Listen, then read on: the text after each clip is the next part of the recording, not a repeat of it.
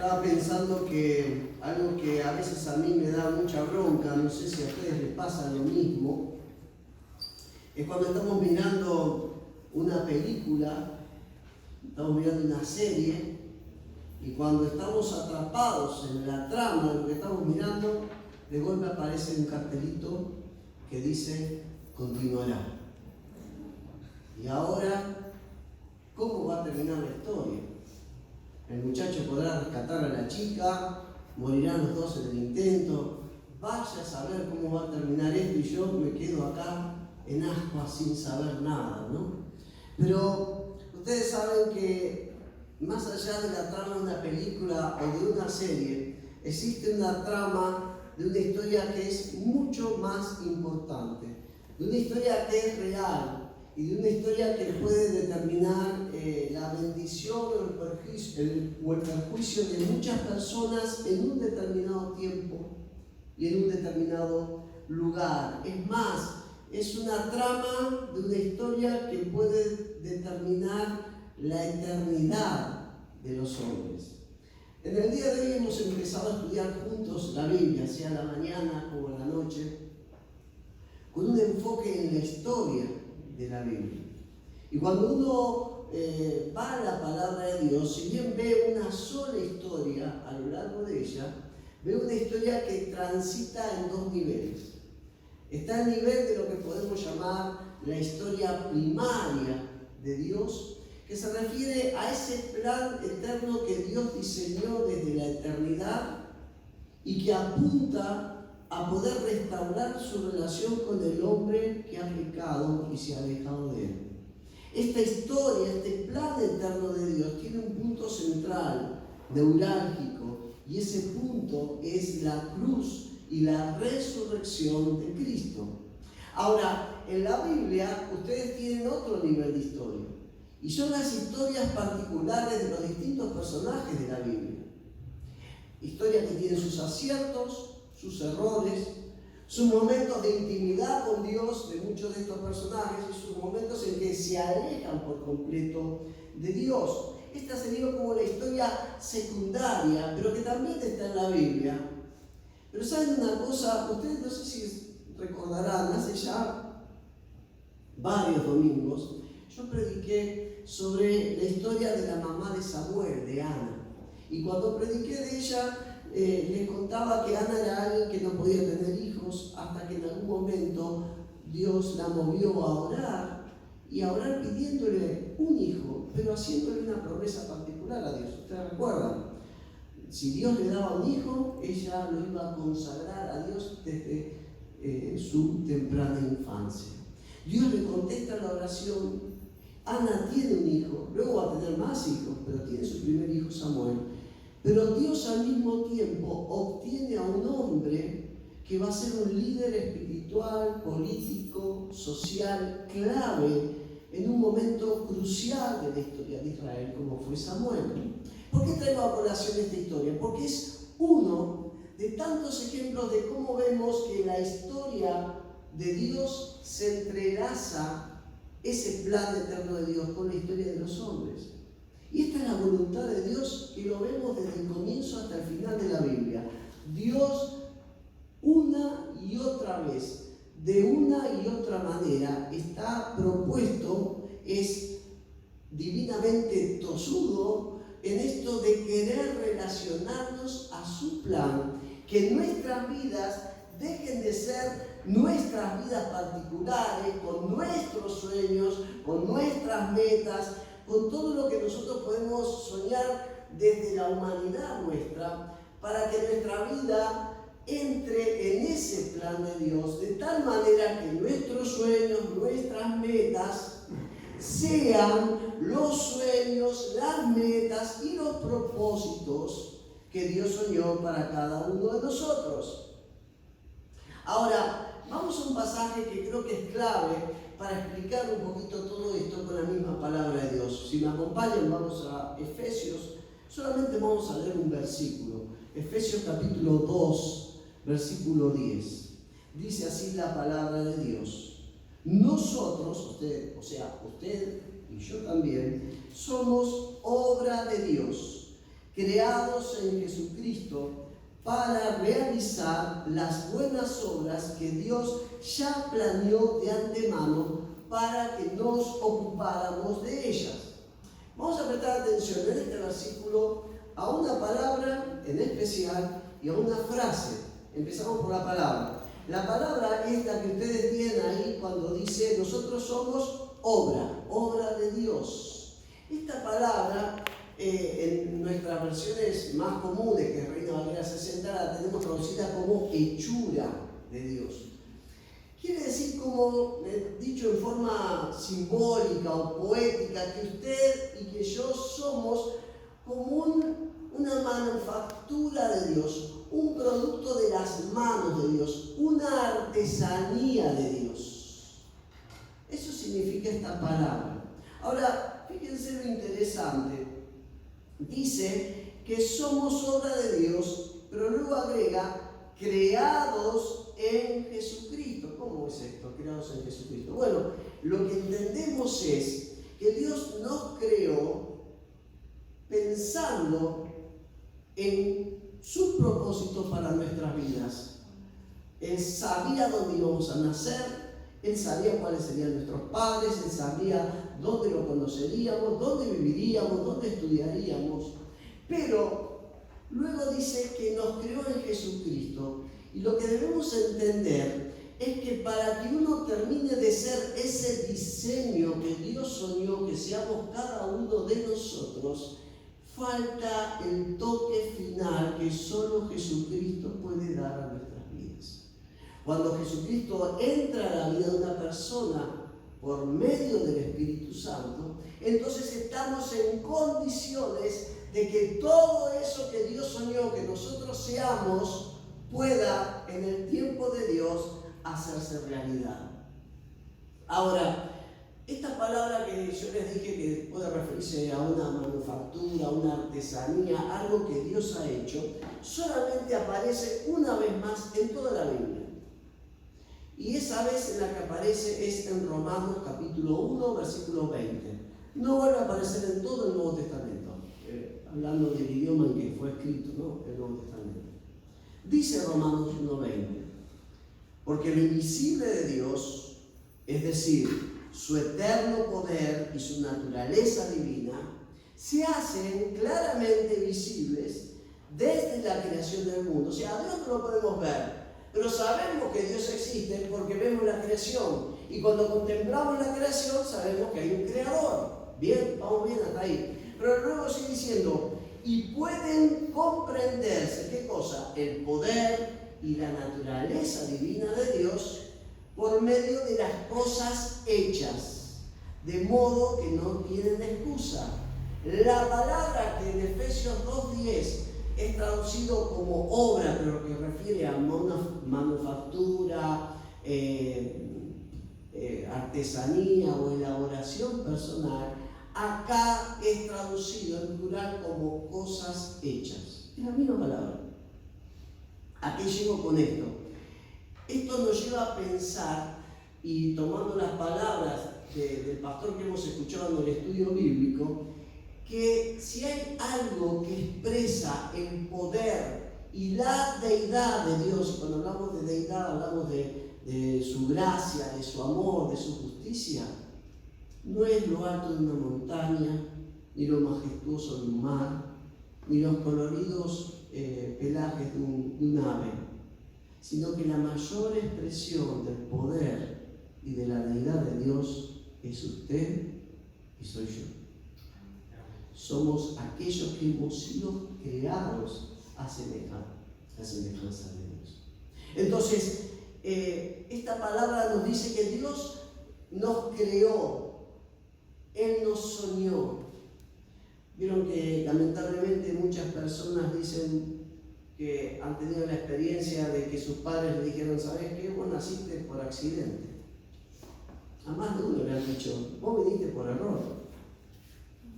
No te buscamos a vos. ¿Saben una cosa? A la luz de la palabra de Dios, ninguno de nosotros es accidente, ni es producto de la casualidad. Dios nos soñó desde la eternidad. Entonces, Pero hace instantes yo les decía que vamos a prestar atención a una palabra y a una frase. La frase es lo que ustedes tienen ahí, volviendo a Efesios 2:10, buenas obras. Somos obras de Dios, creados en Jesucristo, para realizar buenas obras que Dios ya planeó de antemano para que nos ocupáramos de ellas. Esta palabra obras se refiere a un trabajo, a una empresa, a una tarea, a algo que usted puede emprender, pero para lo que necesita de la ayuda de Dios. Esas son buenas obras. Necesitan del bueno con mayúscula que intervenga para llevarse a cabo. Pero lo lindo de este pasaje dice que Dios, antes que nosotros naciéramos, Él ya preparó esas obras, las diseñó para que nosotros en el tiempo de Dios nos ocupáramos de ellas. O sea que su servicio al Señor, si usted lo hace en una actitud de dependencia y de oración al Señor, no es lo que a usted se le ocurrió hacer este año, no es lo que usted quiere probar de hacer porque nunca lo hicimos antes, no, es lo que Dios, o tiene que ser, lo que Dios soñó que usted hiciera. Entonces entendemos que Dios tiene un plan para la historia del hombre. Esa historia primaria de Dios que comenzó con la creación, que tuvo que sufrir luego la caída del hombre y que va a tener, o que tuvo en la cruz, ese momento central. Pero también Dios desea que nuestras historias personales se conecten y sean parte de esa gran historia de Dios. Entonces la pregunta que nos surge es, ¿cómo puedo hacer? ¿Cómo podemos hacer para que nuestras propias historias personales dejen de ser algo privado nuestro para unirse a la historia de Dios, a su plan eterno de salvación para la humanidad? ¿Estamos obligados? ¿Me podría preguntar a alguien a hacerlo? No. Usted puede seguir con sus propias metas, aparentemente importantes, pero espiritualmente completamente intrascendentes a los ojos de Dios. O puede involucrar su vida en algo que vale eternidad. Podemos elegir. Ahora, si yo quiero que mi paso por esta tierra sea algo trascendente, que marque vidas, que marque eternidad de otras vidas, yo tengo que tomar algunas decisiones. La primera de ellas es una decisión de fe. Es la de invitar justamente a Jesús, a aquel que puede darme el toque final para hacer todo lo que Dios soñó para mi vida. Si Jesús no está en nuestras vidas, hermanos, le vamos a poner ganas, le vamos a poner buena voluntad, le vamos a poner todo el empeño, pero somos productos no terminados.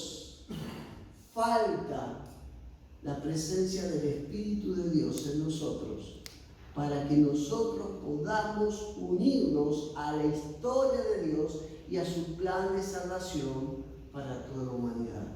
Decimos que es una decisión de fe, hermanos, porque necesitamos creer que Dios tiene un plan maravilloso para cada uno de nosotros y que Dios quiere que ese plan se haga realidad y se va a hacer realidad al invitar a Jesús a entrar a nuestras vidas. Cuando habíamos aprendido, cuando era mucho más joven, un método para evangelizar que nos habían enseñado los de Cruzada Estudiantil y Profesional para Cristo, que eran las 4 leyes espirituales, la primera ley, la primera verdad que uno tenía que transmitirle a la gente era: Dios te ama y tiene un plan maravilloso para tu vida. Eso es lo primero.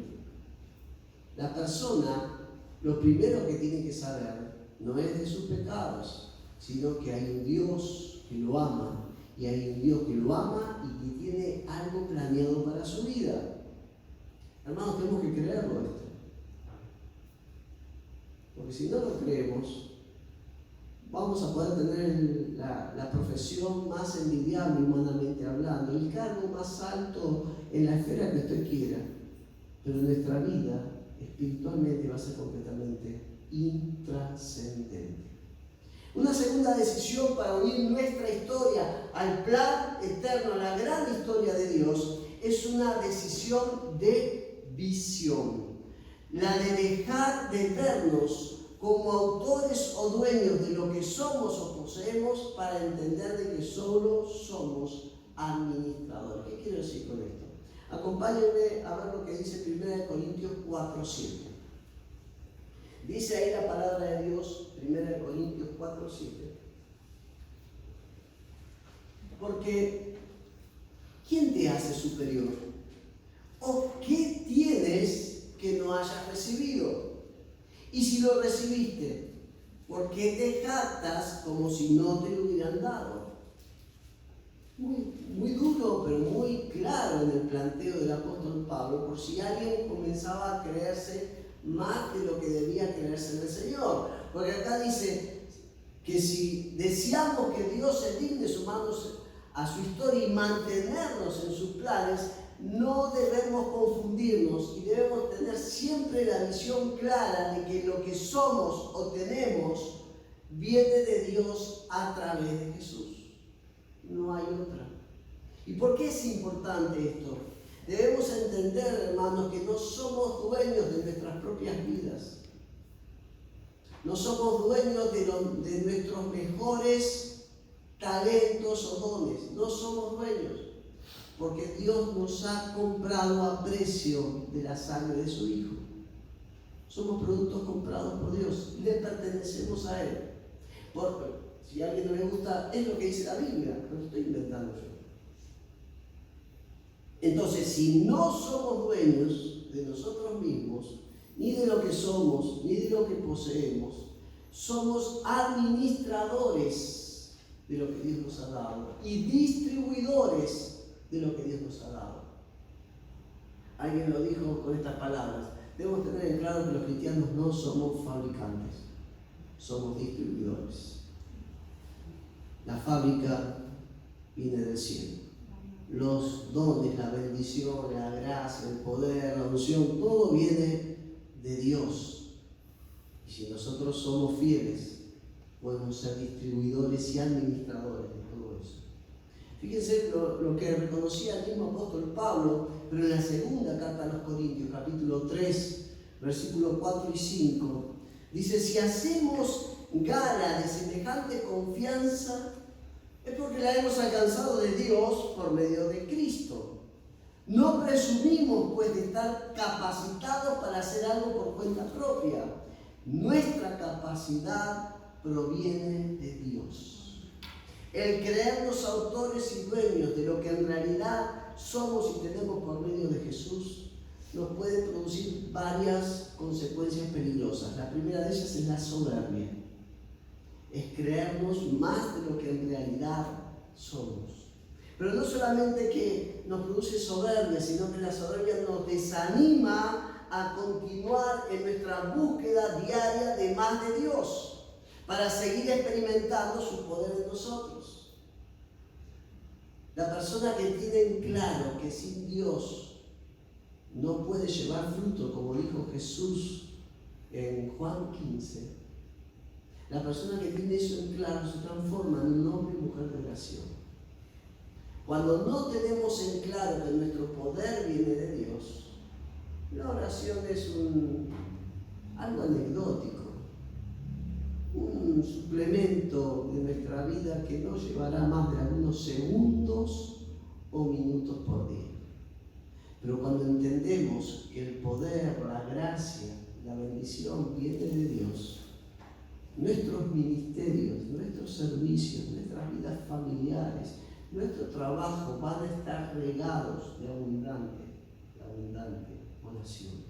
El planteo es fácil de deducir.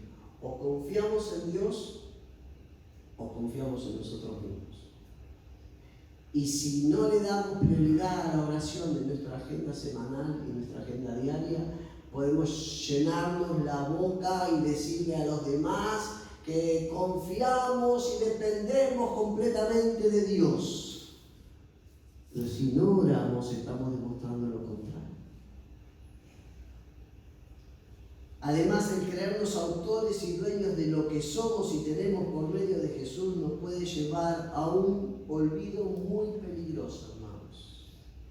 Y es la realidad de que va a llegar el día en que delante de Dios nos va a pedir cuentas de todo lo que nos ha dado.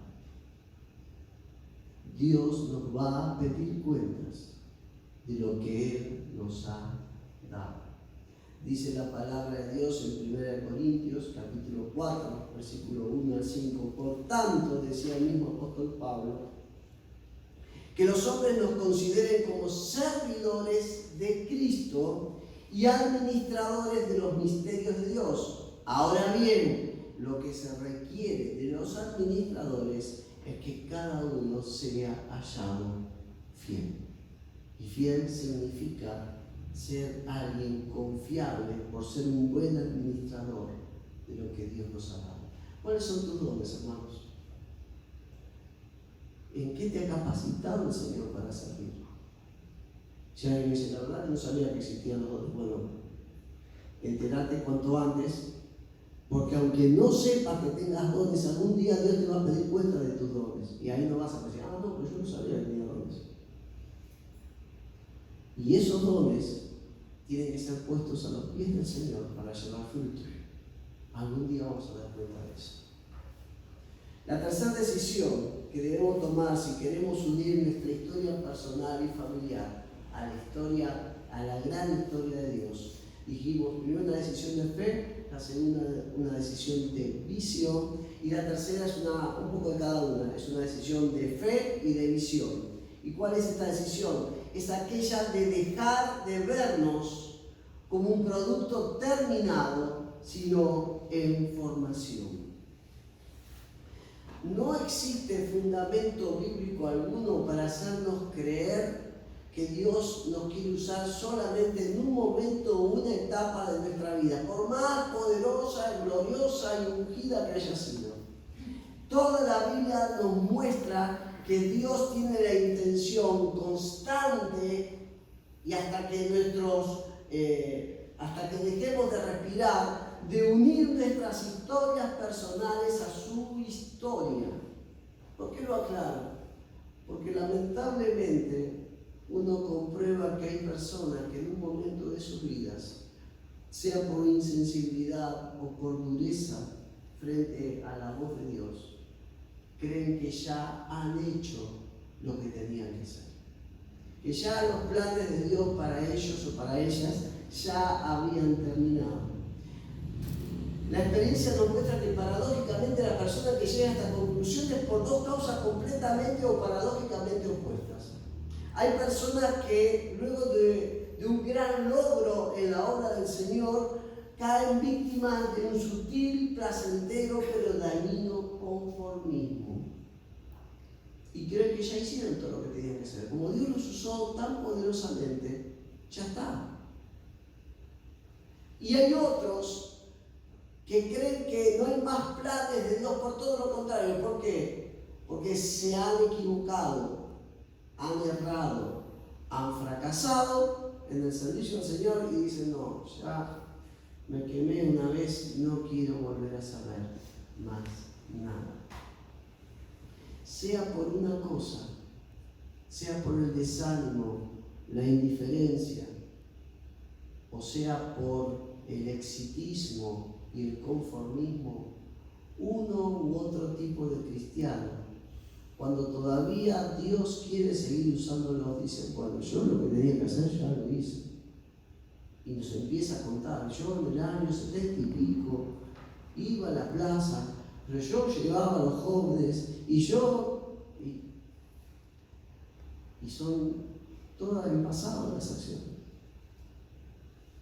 Lo que no les sirve a estas personas es que si Dios nos ama tanto, si Dios nos quiere tanto, ¿por qué nos sigue dejando acá en la tierra y no se lo lleva a su presencia? Si ya no tiene más nada que hacer. Pero si estamos aquí, si nuestro corazón sigue latiendo, es porque hay propósito de Dios para nuestras vidas. Yo les voy a mostrar una serie de obras de arte, que quizás algunos las conocen, otros no tanto. Lo primero que van a ver ahí, y todas estas obras de arte de distintos autores tienen algo en común. La primera es un cuadro de Rafael, ese famoso pintor de la antigüedad, que es la transfiguración.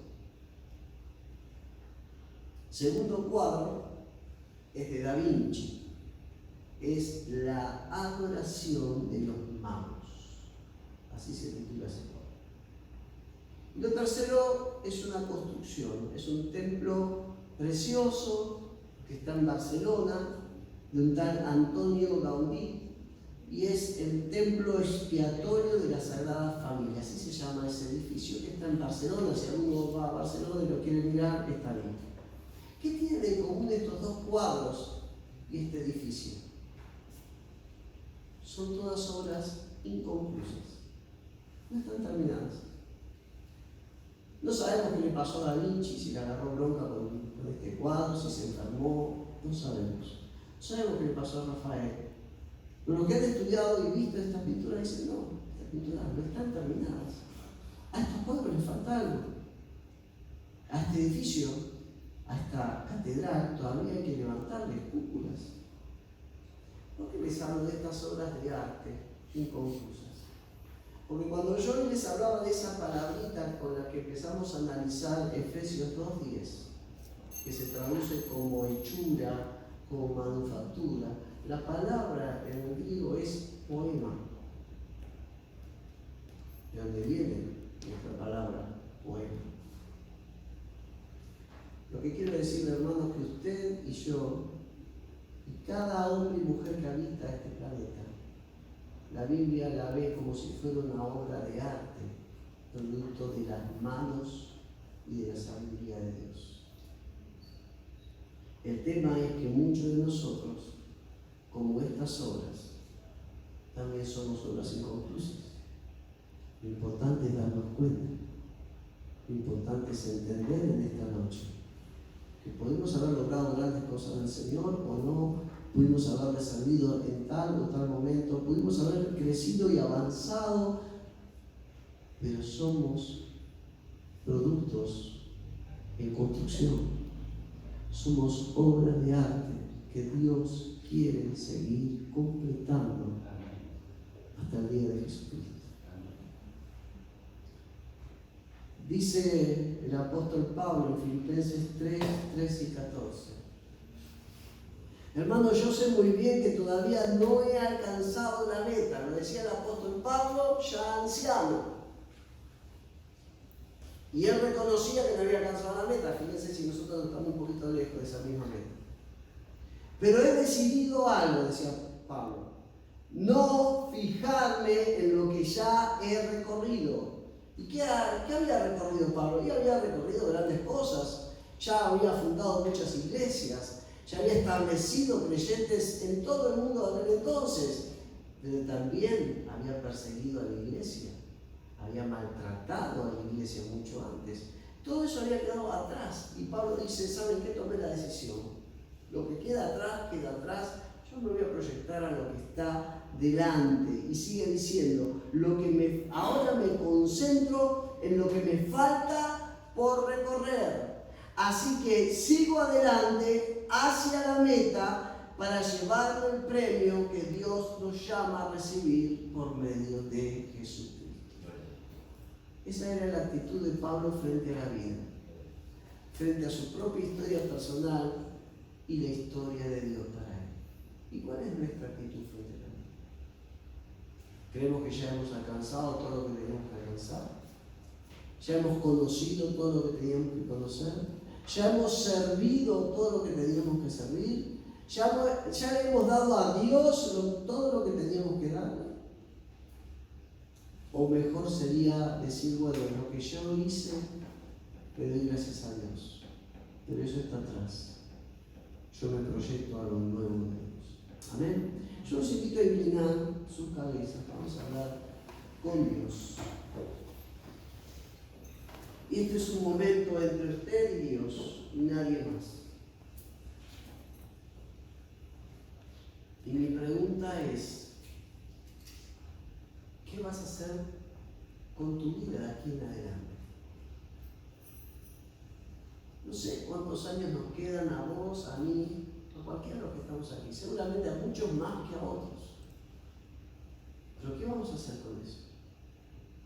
Vamos a seguir mirando hacia atrás, lamentándonos nuestros fracasos. Vamos a seguir mirando gozosos el pasado y llenos de nostalgia de nuestros logros alcanzados. O vamos a mirar hacia adelante y vamos a proyectarnos a lo que Dios tiene para nuestras vidas. Es una decisión que solamente vos podés tomar delante del Señor, en el poder del Espíritu. Lo importante es que te veas no como un producto terminado, sino como algo que Dios quiere seguir transformando. Padre, ahora cada uno de mis hermanos y hermanas tienen ellos por delante una decisión respecto a sus propias vidas. Y es que van a hacer con el resto de sus vidas. Tienen una decisión respecto, Padre, a sus historias personales y familiares y tu gran historia, aquella en la que está en juego la vida y la muerte eterna de muchas personas. Señor, en el nombre de Jesús, abre los ojos del corazón, como decía el apóstol Pablo, para que puedan discernir que todavía hay propósitos tuyos para sus vidas. Hay trechos por recorrer, metas por alcanzar, desafíos por plantearse. Y mientras usted está meditando en esto, vuelvo a la primera condición para unir nuestra historia a la historia de Dios, y es invitar a Jesús a entrar en nuestras vidas.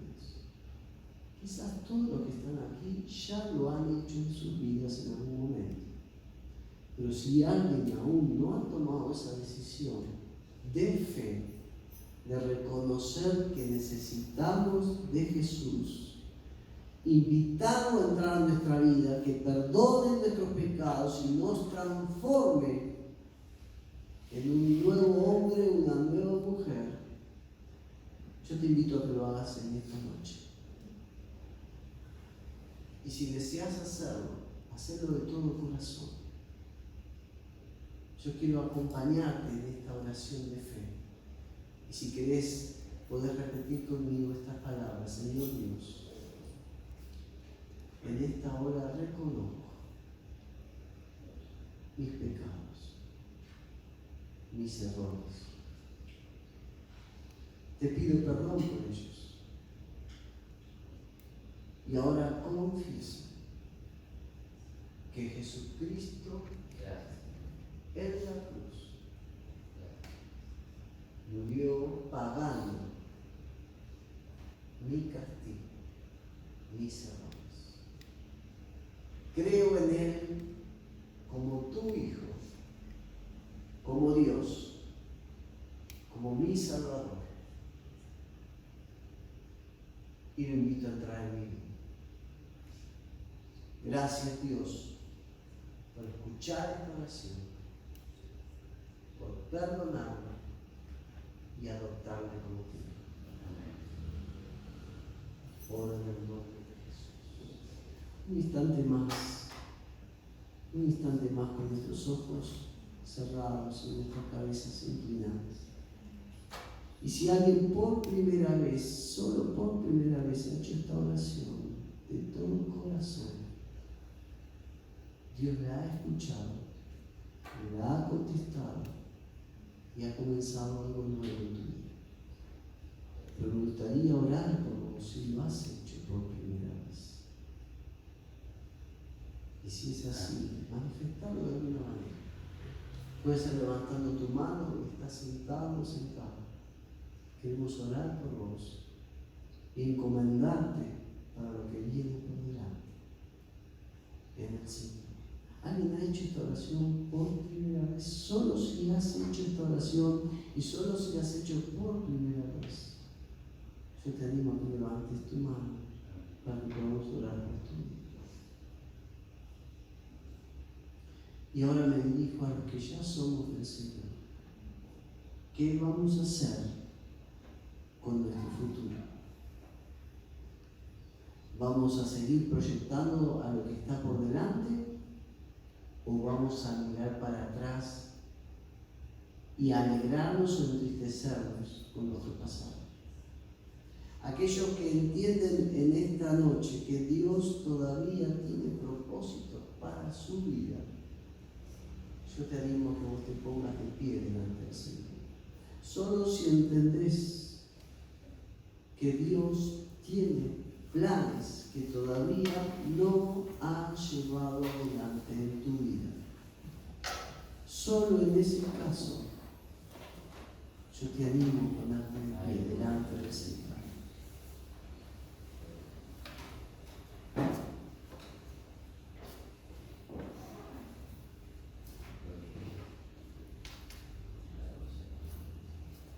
Señor, aquí está tu iglesia, aquí están tus hijos.